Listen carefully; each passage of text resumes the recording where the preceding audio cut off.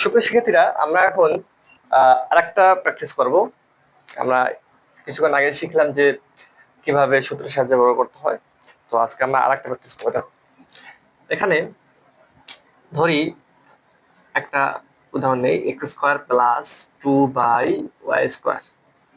আমরা যদি এই রাশিটাকে বলে যে সূত্রের সাহায্যে বর্গ করো, তা সেক্ষেত্রে আমরা কিভাবে করব? দেখো, তো এখানেও সে আমরা প্রথমে আমরা বর্গ করে দেবো। অঙ্কটা আমরা করি। তো দেখো, প্রথম আমরা এক্স স্কোয়ার প্লাস 2/y², এই পুরোটাকে আমরা বর্গ করে দিলাম। তো বর্গ করে দেওয়ার পরে আমরা জানি যে এটাকে এ ধরবো এবং পুরোটাকে কি ধরবো, বি ধরবো। ধরলাম বি। তো তাহলে এখানে সূত্র হয় এ প্লাস বি হোল স্কয়ার সূত্র।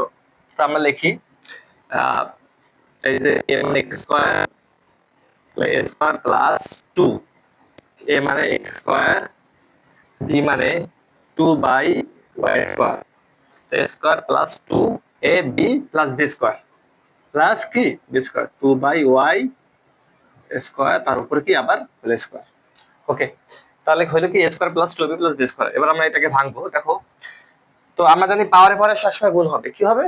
পাওয়ারে পরে সবসময় গুণ হবে। তাহলে এখানে x, তার উপরে কি 2 দুগুণে 4, ওকে x4 প্লাস, যেহেতু এটা গুণ সম্পর্কে আছে সেক্ষেত্রে সব উপরে গুণ হবে আমরা জানি।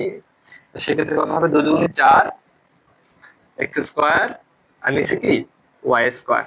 ওকে, প্লাস এখানে হবে 2 দুগুণে 4 আর নিচে হবে কি আর y4, কারণ পাওয়ারে পরে গুণ। তো দেখো, আমরা এই অবস্থা অঙ্কটা রেখে দিলে অঙ্ক হবে। তো আমরা এটা একটু চাইলে ভাঙতে পারবো লসাগু করতে, আমরা লসাগু করতে পারি চাইলে। যেমন এখানে কি আছে, আমাদের লসাগু করার প্রয়োজন হবে না, আমরা এইভাবে রেখে দিলে অঙ্ক হয়ে যাবে।